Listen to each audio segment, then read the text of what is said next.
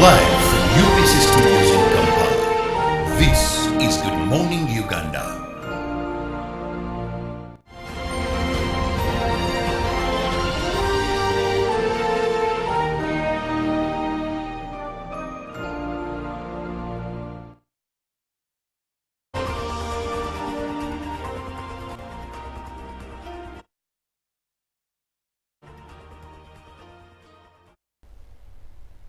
Well, it is Good Morning Uganda, and I'm Olive Monica Najima, your host. You're welcome. This is the agenda segment. If you're just joining us, you're right in time for us to discuss an issue that lies at the heart of economic empowerment and grassroots development, and that is accelerating financial inclusion through SACCOS. Now, as many Ugandans, especially in rural areas, remain excluded from formal financial systems, savings and credit cooperative organizations, also known as SACCOS, have emerged as powerful tools to bridge that gap. But how can we scale their impact? How can we improve trust, governance, and also reach more people? To explore this, I am joined by none other than distinguished Ivan Asiimwe, who is the General Secretary of the Uganda Cooperative Alliance. Ivan is a seasoned voice in cooperative policy and leadership.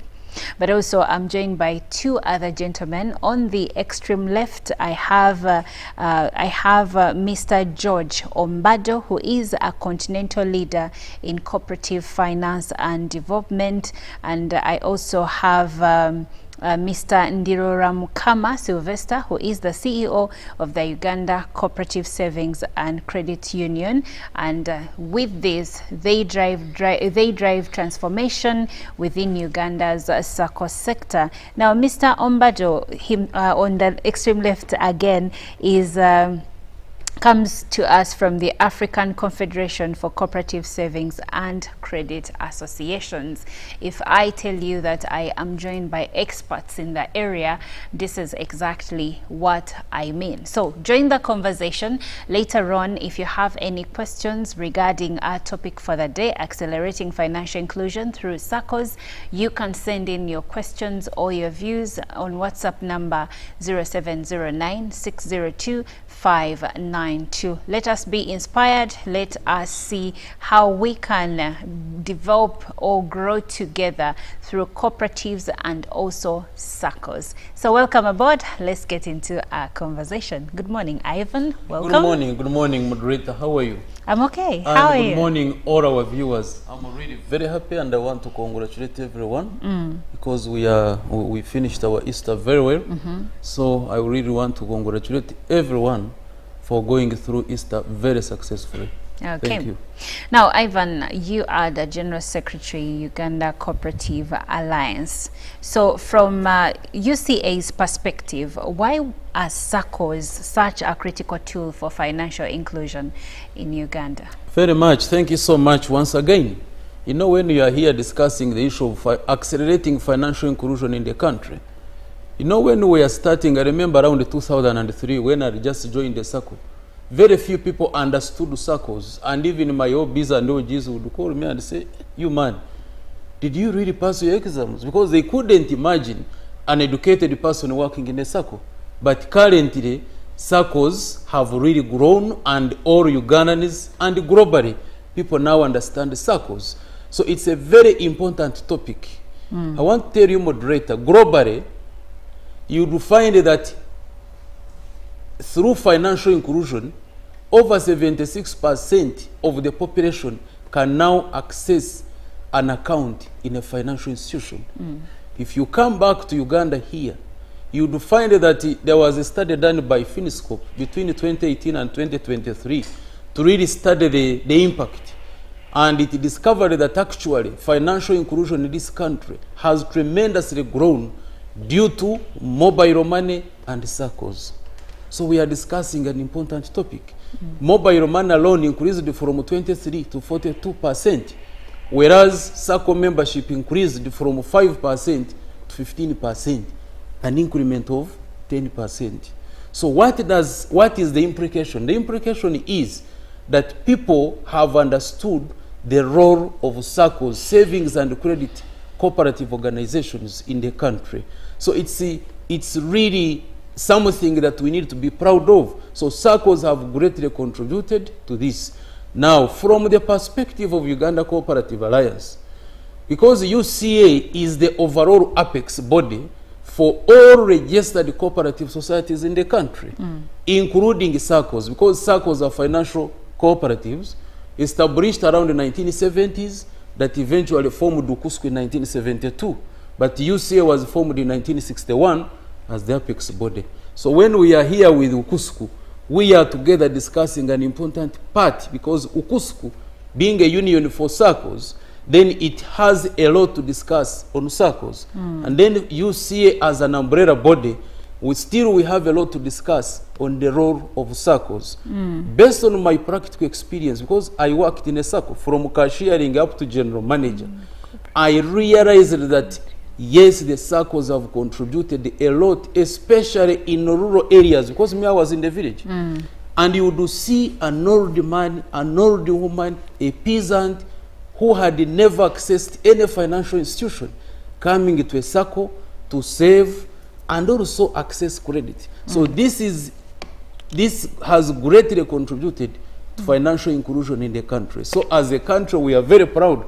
Still, I want to appreciate a proud government, because still the study by Finiscope explains very well that the introduction of parish development model and the MIOGA greatly contributed to the membership of these SACCOS.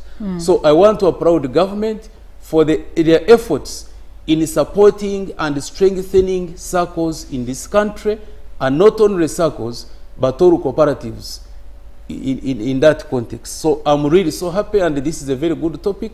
I want to appreciate the role done by ACCOSCA as a union for the SACCOS in the country.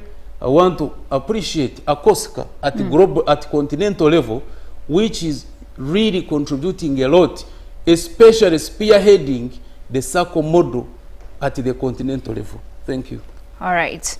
Well, you heard it from Ivan Asiimwe, and as you know, every Wednesday we have him here to speak everything and anything SACCOS and also cooperatives.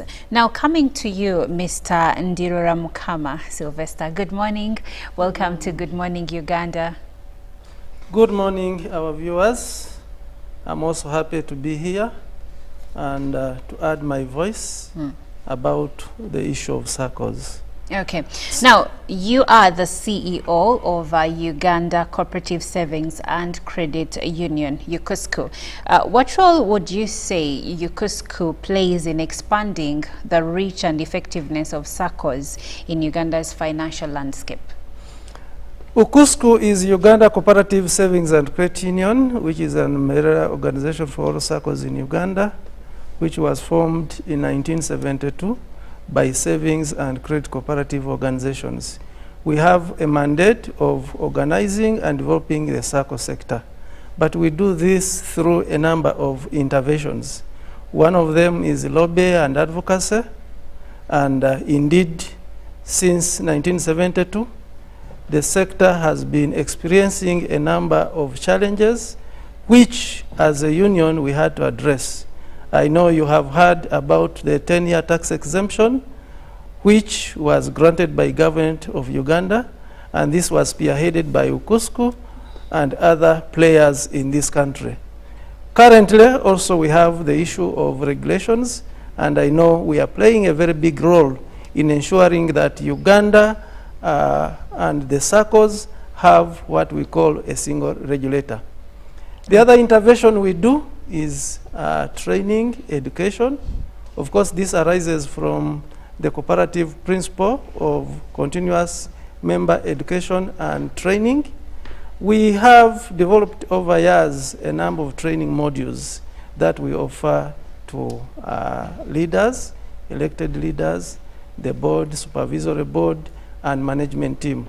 Of course, working together with other networks like ACCOSCA, UCA, and the government, we have professionalized the SACCO sector in terms of training and giving information. Recently also, we introduced our academy, whereby, of course, previously we are giving what we call certificates of attendance. But today, we are giving recognized certificates to our members. The other intervention that we have done is representation. Of course, the SACCO sector needs to be represented nationally, internationally, and globally. And as a union, we have ably done this. Of course, as we do this, we don't work alone. That is what we call the SACCO system, whereby we have the members. Members come together, they form a SACCO. SACCOs come together, they form a national association. And of course, national associations also come together and they form what we call a continental body, which is ACCOSCA. And then also continental bodies come together and they form what we call the World Council of Credit Union. Why? Because as an individual or as a member, you cannot ably do everything alone.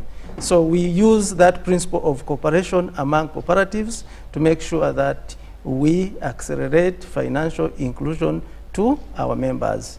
Of course, you are also aware that in 2008, government gave us a responsibility to form, strengthen SACCOs in sub-counties where they did not exist. And we did that. We formed and strengthened well over 735 SACCOs all over the country.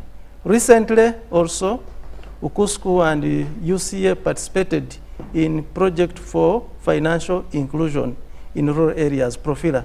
And this is why you are seeing financial inclusion percentages grow up in this country. We have a few challenges that the sector is grappling with. And one of the challenges is multiple regulators. And I know my colleague George will give us a perspective of continental perspective on how SACCOs are regulated. In Uganda here, we have a challenge that we have like 3 regulators for SACCOs. And we have been advising government that we need a single regulator for this sector. Of course, as you are aware, this is a process. We are engaging and engaging, and we hope that one day we shall get a single regulator for this sector. The other challenge that we have is, of course, taxation. I know SACCOs are enjoying a 10-year tax holiday, but this is ending in 2027. The sector believes that because of the development and growth that we have so far had, government needs to extend this exemption for another period. The other challenge that I will talk about is that many of our SACCOs do not see the value of investing in technology. Because gone are the days where manual record keeping was used. Today we need to embrace technology so that we are able to serve our members better. I know in some areas, in some communities, members rush or get excited in opening up branches, which in the end become very expensive to the SACCO. So our advice is we need to embrace technology even when we are aware that it is very expensive to have a very viable technology solution. Thank you. Well, thank you so much. Now, if you're just joining us, today we are speaking matters accelerating financial inclusion through SACCOs. And I am speaking to the gentlemen that are experts in this field. Now, the gentleman that's been speaking to us right about now is Mr. Ndiroramukama Sylivester, who is the CEO of Uganda Cooperative Savings and Credit Union. Now, coming to you, Mr. George Ombado, you are the Executive Director, African Confederation for Cooperative Saving and Credit Associations. With that, from a continental perspective, how do SACCOS contribute to inclusive economic development in Africa? Okay, thank you, and thank you for having me in your morning show and to share the perspective on how the SACCOS can contribute into financial inclusion and empowerment of people within the continent. I must begin by saying that SACCOS at times are confused to be a charitable organizations, but SACCOS are actually financial institutions. The biggest SACCO in the world today has a membership of 14 million people.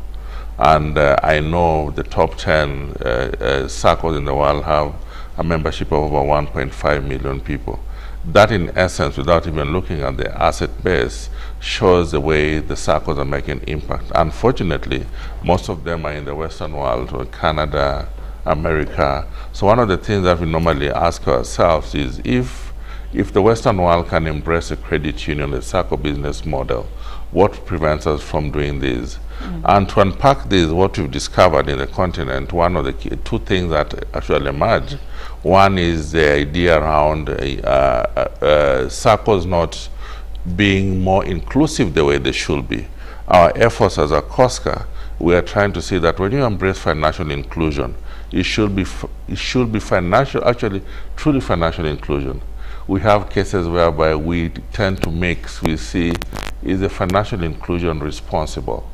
Are you lending or are you providing financial service to people in a more responsible manner? As ACCOSCA, with the training that we have across the continent, we are seeing that financial inclusion is actually embedded in people's thinking, supporting them in financial coaching. The bigger thing that Dr. Sylivester has also mentioned is to do with technology. Our continent is a young continent, including Uganda. Uganda has a median age of, I believe, 19 or 20. And these are young people who often use technology. So if you want to attract them to be financially included and provide them financial access, you need to use technology. And we're encouraging SACCOS, and we've seen all over the continent, all over the world, SACCOS that have embraced technology are actually growing more. SACCOS that haven't embraced technology are having high inefficiency costs, which again, they have to transfer those costs to the members. So in a way, they're not that attractive because of that. Issues around regulation, I know we can talk this over and over. Regulation is a way to provide confidence to our populace. People should see that the money that we put in the SACCOS, are they safe as the one in the bank? In most civilized countries, they will say so. $1 in the bank is as safe as $1 in the SACCO. So we are saying when you have proper regulation, where we clearly know, like most of the countries in the continent, you have SACCO-specific regulatory framework, and across the globe, including the oldest regulatory body in the world for the SACCOS, the National Credit Union Administration of US, focus on how do we use these to see that there's confidence. And you're able to see that where there is that stability in regulation, the numbers are high. No wonder I mentioned to you our biggest credit union in the world has 14 million members, which is from America, 2 America, 3 America, 4th America. And the numbers are huge, but because there's that confidence that if I bring my money to the SACCO, just I go to the bank, it will be safe. Okay, interesting there. Now, can you share some successful models or case studies from Africa that SACCOS in Uganda can actually learn from? So, Africa, a continent of 54 million people, we have different level of development. And I'll speak from your neighboring country, Kenya. Kenya has very vibrant SACCOS. Interestingly, the first SACCO in East Africa was established in Uganda, not Kenya. And the first SACCO in Africa was established in Ghana. So if you look at that particular context, you'll ask yourself, why is it that the SACCOs in Kenya are more progressive than the SACCOs in Uganda? Yes. I'll point it on 2 things, actually 3. One, people are aware of the value of SACCOs. From the president, government officials, most people are members of the SACCOs. there's that trust level because there's the regulation. We have SASTRA and we have the government. The Ministry of Cooperatives is fully in charge. And where we have challenges of mismanagement, just like it's happened in other places, the government will come quickly and deal with that. So how quick should the government deal with issues when they're mad? The second issue which I could say is a model, you're able to say technology.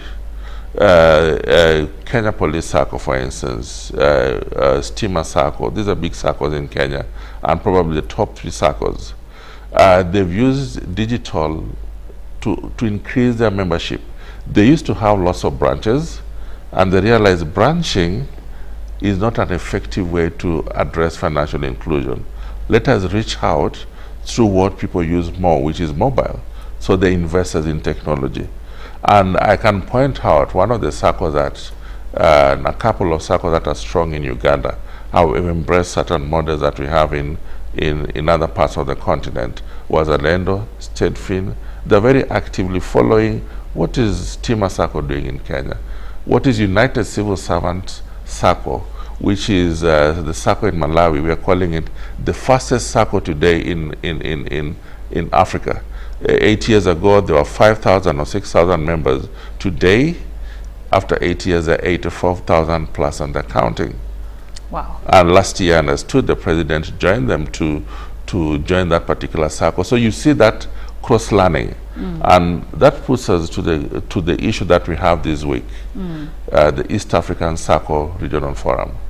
The reason why we have in this forum is to continue exchanging notes, encouraging our leaders to embrace the best practice.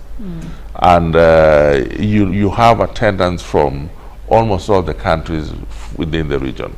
Okay, thank you so much. You are watching Good Morning Uganda, and the conversation is already exciting. We are talking accelerating financial inclusion through SACCOS, and I am speaking to three gentlemen. One of them, Ivan Asiimwe, who is the Executive Director, Uganda Cooperative Alliance, and also Mr. George Ombado, who is the Executive Director, African Confederation for Cooperative Saving and Credit Associations. And the gentleman right next to Mr. Asiimwe is Ndiroramukama Sylivester, who is the CEO, Uganda Cooperative Savings and Credit Union. So if you have any questions for the gentlemen, please write to us on WhatsApp number 0709-602-592. I see a few views coming through. Please keep them coming. Later on, I'll share the same with the gentlemen so that we get you some feedback regarding the questions that you may have.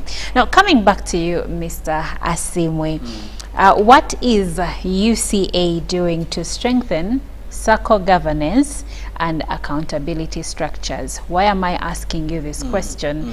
Over the last couple of weeks, with the conversations that we've had, there is one thing that has stood out for me, and it is on governance and accountability, where I've seen allegations of some SACCO leaders conniving with some other people to quote-unquote steal the savers' money or mismanage the savers' money. Thank you so much.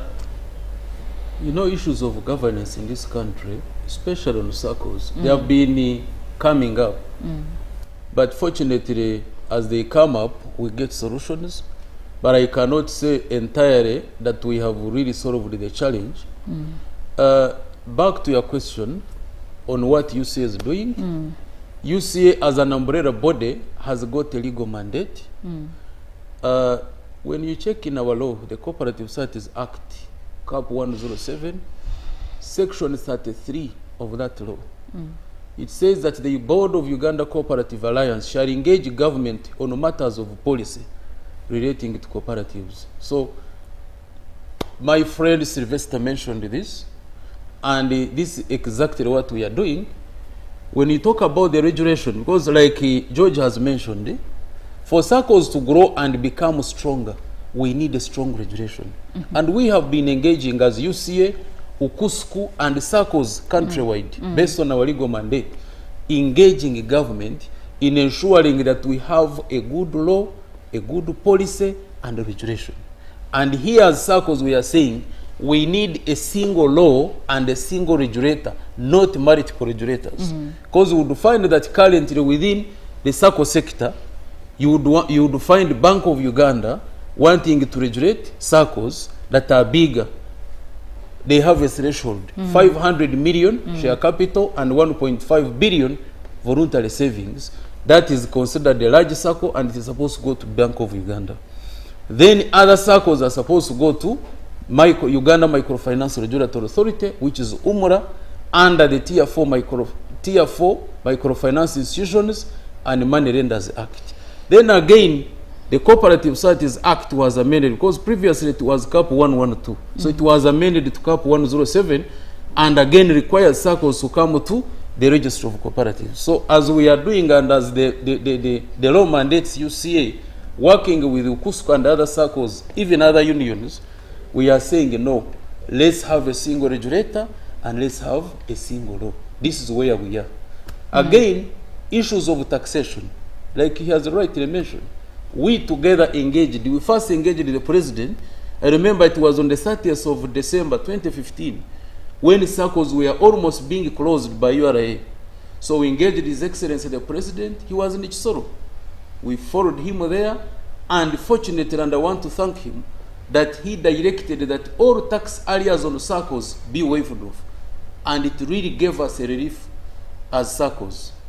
2017, we engaged the Parliament, and Parliament was able to give a tax exemption for 10 years, like he has mentioned. So this is what we do under policy. Then Section 142 requires that if there is any dispute in a cooperative society, take an example, you mentioned the governance. Maybe the board has issues with the supervisory or management. So in other words, they have disputes in the SACCO. The law says don't go to court. Go through arbitration. And the procedure is very clear. But at the end of the day, they say once an arbitration has been done and either of the parties remain aggrieved, then you appeal to the Board of Uganda Cooperative Alliance. Subsection 5 of that law says, in the event that either parties do not get an arbitrator, the General Secretary of Uganda Cooperative Alliance shall appoint an arbitrator. So this is what we are doing now in the context of arbitration. Okay. Come to the issue of cooperative education, training and information. We are doing capacity building. Governance is very critical, and even other aspects when you address them through capacity building, because some of these challenges are coming up because people are not aware. Right. Like George mentioned, community awareness is a critical factor in the SACCO growth. So we create that awareness, we train, we build the capacities of these cooperatives, especially SACCOs, beginning with the membership out to the last person, the members, the leaders, the management staff, to ensure that they are aware of their roles and obligations. And that one plays a critical role. Lastly, what you say does is resource mobilization. We link these SACCOs to the different resource providers. Like currently, the government has got a lot of programs. There is agricultural credit facility, which is in the commercial banks, and we are telling government, no, let this money go through SACCOs. So this is now resource mobilization. The moment now this money is channeled through SACCOs, then it means even the last person has the capacity to access this money and is able to grow, and you find the household income is increasing, because as a country we have a financial inclusion strategy from 2023 up to 2028. So it is still running. Okay, and when you check through the strategy, we are looking at financial inclusion, and as UCA, we are really fostering it through support and strengthening of SACCOs. Well, thank you. And I like the part where you say that you have engaged government to ensure that these funds go through SACCOs rather than banks. Yes. Because I remember on Women's Day, during the Women's Day celebrations, one of the key issues that was highlighted was that the money, the parish development model funds, and actually the Grow project funds are being given to people but through banks. banks. And I remember the president saying this is wrong because the banks are going to do things their way and some people will be kept out. So that's important to note. Now, Sylvester, coming back to you, please share with us some of the key challenges SACCOS face in ensuring financial access to rural and informal populations. Thank you so much. I had mentioned some of them. I'll add internal systems. Of course, we are aware that we have external regulation and internal regulation. And policies and procedures in many of the SACCOS are developed, but they are not implemented. So you find that in some SACCOS, why there are challenges of governance is because they don't follow their internal policies and procedures. The second issue is about, you know, for every SACCO, you must have a direction. Yes. You must have a dream. Many of these SACCOS do not have what we call a direction or a compass, which is the strategic plan. And even those few which have the strategic plans, they are not able to implement them so that they can celebrate their successes. The other challenge which we see is, of course, which we have, George has already talked about, is SACCOS not being aware of the value of, members and communities not being aware of the value of SACCOS. And this, of course, requires all of us to come and read from one page and sensitize our communities to join SACCOS. Because when you read and check in the statistics, out of a population of 40 million plus, we only have about 7 million members in SACCOS. The rest are not in SACCOS. The other challenge, which is a serious challenge, is the regulation, multiple regulators. Because currently, the way how it is, many of the SACCOS are scared. What is going to happen if the regulation is not streamlined? And you remember, a SACCO is made of savings and shares. If members lose trust and confidence in the SACCO, they are able to withdraw all their savings. The worry is, if they withdraw their savings, even the threshold of 1.5 billions for these large SACCOs will never be achieved. That's right. Now, apart from having a single regulator, what other policy or regulatory changes would you like to see to support SACCO growth and sustainability? Already in our sector, we have the Cooperative Societies Act as amended, and then the Tier 4 Microfinance Institutions and Money Lenders Act. Then we also have the MDI Act. All these three laws have contradicting sections. ACCOSCA, UCA, and the sector already raised this to the floor of Parliament, and the government is aware. The process now is harmonization of the three laws. Of course, this started way back, I think, in 2022, but the process is taking too long. So there is need to harmonize the three laws so that we remove the contradictions. Thank you. Okay, thank you so much, Sylvester. Maybe before George comes, you asked about the other policy issue. I would also want to see government coming up with a policy on cooperative education, like it was before. Before, when you hear that cooperatives were very strong here in the country, 1960s and early 60s, it was a policy that whoever is to work in a cooperative society or to become a cooperative officer, you must undergo a cooperative course at Chigumba. By then it was Chigumba, now there are two, there's Chigumba and Tororo. Why? Because there is a need for people to understand the cooperatives. You find a manager of a SACCO who cannot define a cooperative. But he's managing a SACCO. And he's managing a SACCO. You just call him aside and ask him, what is a SACCO? He said the SACCO is a company. and he has been in a SACCO. So a policy is required. You see like accountants. The law is clear, the Accountants Act, that you cannot be an accountant, a finance manager, or an auditor of any public institution unless you are a member of the Institute of Certified Public Accountants of Uganda, so meaning that you have done CPA or ACCA. So that is a policy. Why?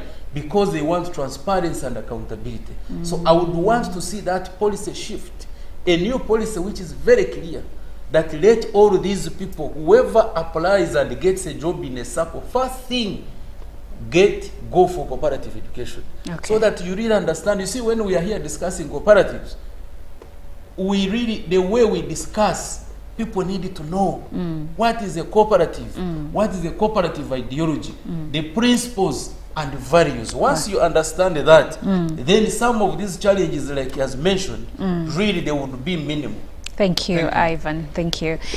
George, coming to you. You did share with us your perspective from a continental viewpoint, and now you also shared with us the models that we can emulate, and you used a beautiful example of the country that is just at our doorstep, yeah, Kenya. So now, what is your organization doing to foster collaboration and knowledge sharing among SACCOs across Africa? Okay. Thank you. I must begin by saying that 2025 was declared the year of cooperative by the UN. That proclamation was meant to create awareness on what the cooperatives are doing. And that knocks it off that SACCOs are just as one component of cooperatives. There are other value chains within the cooperatives. So when you're having this conversation around financial inclusion, there's also a model that existed in Uganda some time back called the Cooperative Integrated Method, where the SACCOs, the value chain, all work together. And other countries adopted that model. Ethiopia adopted that model. Malawi adopted that model. I don't know how it's being practiced today in Uganda. But in terms of our role, particularly in this space, we do a couple of things. One, because we realize that regulation or governance is key.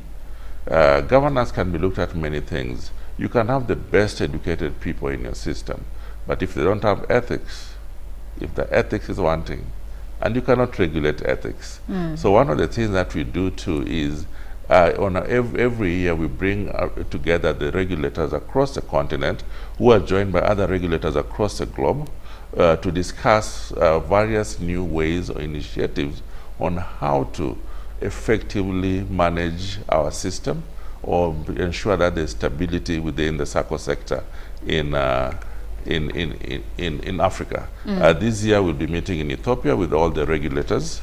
The other thing that we've also been doing in terms of capacity building, and Ian, you've mentioned this very well, that when you have a manager who is not equipped with the SACCO issues, I call it the cooperative issues, who should be held liable for that? It's a board. So that we need to have a deep and honest conversation. Who employed that manager? Did they do the right thing to employ that manager? Or there another process that they didn't follow, to the extent that, imagine you are a doctor, for instance, and you are not a pharmacist, and you end up being a pharmacist, but you're a doctor. Yes. How does that work if you're not able to? So to me, who recruits? That goes back to what you're saying. When you talk about leadership and talk about governance, some things require regulations, some not. The ones that require regulations are all over. Uganda, I don't think should be so different from the rest of the world. Let's look at the best practice from Canada to US to Brazil to Ghana to India. It's almost one singular regulator. And when you use that, you're seeing the SACCOs are growing, the credit union in the space are growing. That doesn't mean that there is no connection. These two have to speak, but there's one person who is accountable, responsible, and everything is as transparent as it needs to be. Lastly, in terms of just creating more awareness on what we do, because you're talking about financial inclusion. Yes. I feel we are not yet there. Even when we have figures, the percentages that have been measured in Uganda, from my perspective, I think we still need to do more. It's a drop in the bucket. Yeah, we still need to do more. We need to do more and even have more women, I say young people, old people, older people, not old people.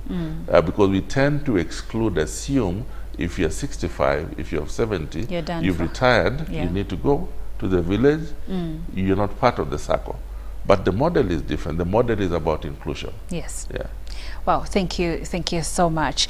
I have a few comments coming through from our viewers, and the first one is from Muhimbira Benon from Mitoma district. He says, good morning UBC Uganda. Thank you for the program. I would love those financial experts to explain to the public how safe or how protected are our funds for us who save with SACCOS. We have seen SACCOS being corrupted and engaged in fraud, hence collapsing the SACCOS, hence collapsing with people's money. For example, recently in Bombaire in Bushenyi district, a scenario happened one morning. The SACCO office was closed unexpectedly.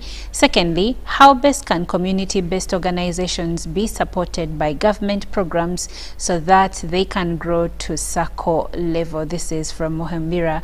I'll send this to you, Sylivester. Okay, thank you so much, Muhimbira. I know the reasons why many of the communities enter SACCO is safety of their savings and funds. And I'll draw him to Mitoma. In Mitoma, we have a number of SACCOs, yes, which are doing very well. I know there are SACCOs like Mitoma People's Development Trust.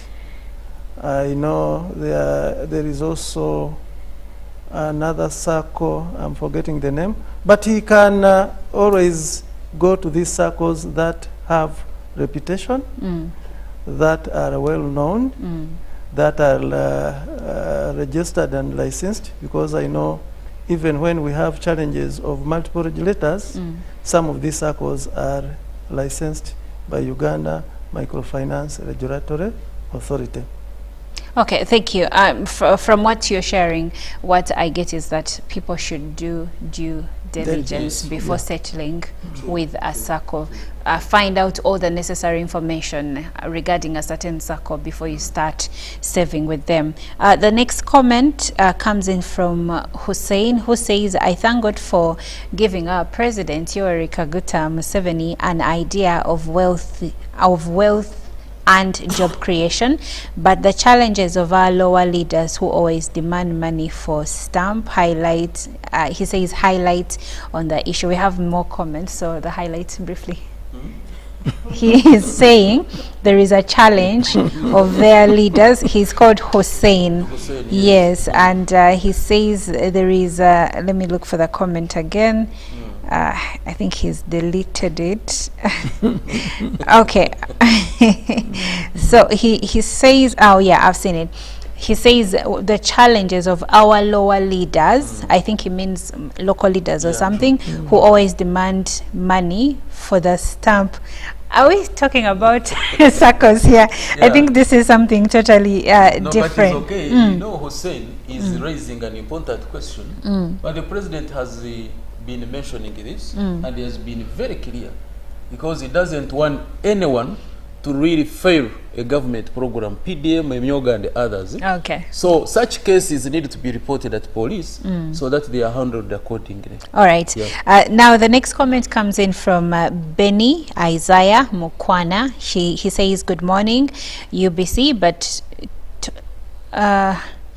I'm sorry, Benny, you're speaking about suicide, which we discussed earlier today. The next comment is from Ahmad Amanzi from South Africa, and he says, I would like to share my views on the topic of discussion now. When we look on these financial institutions that are formed, they are not there to help people who are making the larger proportion of population or who are who are ordinary people on the ground. For example, these financial institutions are working with banks, and if you can see the banks' policies and measures, it is not there to promote stakeholders' lives, but to suckle what they have from them. And another thing is corruption. Corruption is the big virus that is destroying every corner of development in Africa. Since he ends with Africa, I'll start with you, George. Yes. First, I'll say that when it comes to governance, governance affects all the sector, from cooperatives to other sector within a country. So it's also a reflection of how people behave in a certain country. I will not talk much about Uganda in this case, because my brothers are here. Yeah. One of the things that I'll say is where there are policies, and policies are adhered to, the structures are there. I've never seen countries where when a member, for instance Kenya, Malawi, where the SACCOS are also strong, Ghana, where members save and they feel that similar, they're losing because they're in the SACCO. That comment will seem like the banks, the SACCOS and the banks are doing the same. Conniving. Actually, we are so different Okay. in many ways. And the two gentlemen have clearly indicated when they are given tax exemption, I think it was it's the only country in Africa that got that tax exemption. And that shows if they use that well, that can support the industry. Why is it that we have more people in the communities who want to join SACCOS? Because they feel there's that value addition. My only caution concern will be, how do we make them safe? Okay. Yeah. Interesting. The last question I'll share, this goes to you, Ivan. Daniel from Bosheng says, thank you, GMU, for bringing these gentlemen. We have seen SACCOs collapse and walk away with people's money. For example, Ishaka People's SACCO. What are you as UCA doing to prevent this mayhem? It is more or less the same question the other person asked, but here the reason I shared this is because he mentioned that SACCO that collapsed and took off with people's money. Yeah, thank you. You know, Daniel in Ushenyi, I'm aware of that SACCO, and it is not only one. In fact, there are around 5 SACCOs, and we were contacted as UCA, and what we did immediately, we have working with the Register of Cooperatives, we did a forensic audit on these SACCOs. The reports were issued, and now these people are in court. Their cases have been brought here at the anti-corruption court. Okay. And we really condemn this vice. This one may be one example, but there are other cases across the country. We really condemn this. Why would you, for example, you are a manager of a SACCO, you are a board member of a SACCO. Why would you really, for God's sake, why would you take people's money? Thank so you. we really condemn it. But we did a forensic audit. Fortunately, the reports are here. The cases are in anti-corruption court. So for those people who are responsible, better pay back the money. Well, thank you, Ivan. Now, Sylvester, one last question for you from Abias Musime from Makerere University. He says there is a perception that SACCOs are for old people. How can young people be convinced to form SACCOs? I think this is a very beautiful question. Yeah. Thank you so much. Of course, there is that perception. There used to be that perception that SACCOs are for old people, SACCOs are for the poor, SACCOs are for the marginalized. But we are saying today, because of the SACCO business model and what it does, we believe that a SACCO is for everyone. A SACCO, of course, through definition, a SACCO is member-owned, member-controlled, member-used, member-financed, and member-benefited. Because of the various benefits that we see arising from the SACCO. And of course, also we heard from the introduction that many of the countries are using the SACCO business model to develop their countries so that countries and members benefit. So SACCOs are for everyone. They are not for only the old. Of course, in Uganda, we have not embraced inclusivity as it should have been. That is why when you go to many of the AGMs, you find the aged. You don't find the youth, you don't find the women and others. But with these trainings that we are having and the exchange tours, we are seeing inclusivity come on board. Okay. Thank you, Sylvester, and thank you, Ivan. George, your last remarks. Thank you for again hosting us in this show on using SACCO business model to support financial inclusion and access. There are better models within the continent that can be used, but you don't have to go far. Rwanda has a good model, Kenya has a good model. In fact, Uganda too has a good model. The challenge that then we're exposed to issues that are raised around ethics and regulation. We'd like to encourage the young people, join a SACCO, find a SACCO, don't form a new SACCO. Go to a viable SACCO and join a SACCO. If you want to see financial well-being and increase your income, join a cooperative, because these are the models that are meant to use to empower our people and make our lives more sustainable. Thank you. Thank you so much, George. Thank you, gentlemen, and thank you, dear viewers, for being a part of this program. I have been speaking to Mr. Ivan Asiimwe, who is the General Secretary, Uganda Cooperative Alliance, and Mr. Ndiroramukama Sylivester, who is the CEO, Uganda Cooperative Savings and Credit Union, and also Mr. George Ombado, who is the Executive Director, African Confederation for Cooperative Saving and Credit Associations. And the point of discussion has been accelerating financial inclusion through SACCOS. So thank you so much for being a part of the conversation, and we will see you tomorrow. Good Morning Uganda ends right now, but Good Morning Uganda Extra is coming up next with Robert Chirabo. Nyonyintona.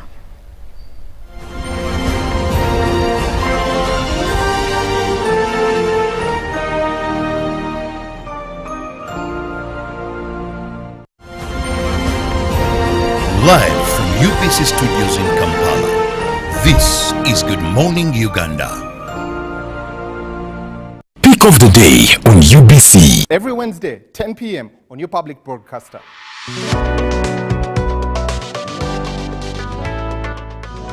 Was brought to you by... I'll call you every day, yeah, yo, baby, don't know. You can now get all the Chibuzi out with MTN voice bundles. Call all networks, Kubei Dondoro. Buy a 25-minute voice bundle for only 1,000. Or buy any daily voice bundle of your choice. Dial *100 *21# and select daily, or use the My MTN app. When we talk together, we are unstoppable.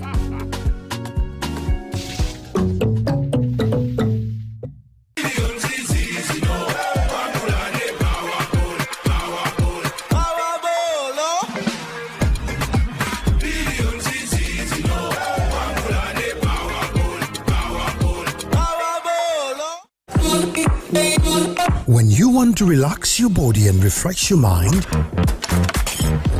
welcome to Hotel La Confidential, Aroa's premier destination for luxury and comfort. The only hotel in Aroa City offering a serene atmosphere, breathtaking scenery. Come and discover our exclusive wellness club with packages that include a fully equipped gym, a rejuvenating sauna, steam bath, and a great sky blue swimming pool. For events, our state-of-art conference halls and versatile event spaces are perfect for hosting shows, wedding receptions, birthdays, and more. Come and enjoy our cinema hall and unisex saloon, all designed to meet your entertainment and grooming needs. Bring your family and let your kids splash around in our beautiful kids water park. We are located on Aroa Pakwachi Highway in the heart of Aroa City. Don't wait. Visit us on www.hotellaconfidential.com or call us on 0761 688 181. Step into a world of excellence, comfort and pride with Royal Form Furniture, crafted to perfection right here in Uganda. We bring you state-of-the-art living room furniture and bedding products at affordable prices. Our wide variety of mattresses include orthopedic, pillow top, spring mattresses suitable for institutions like hotels and many others for home comfort.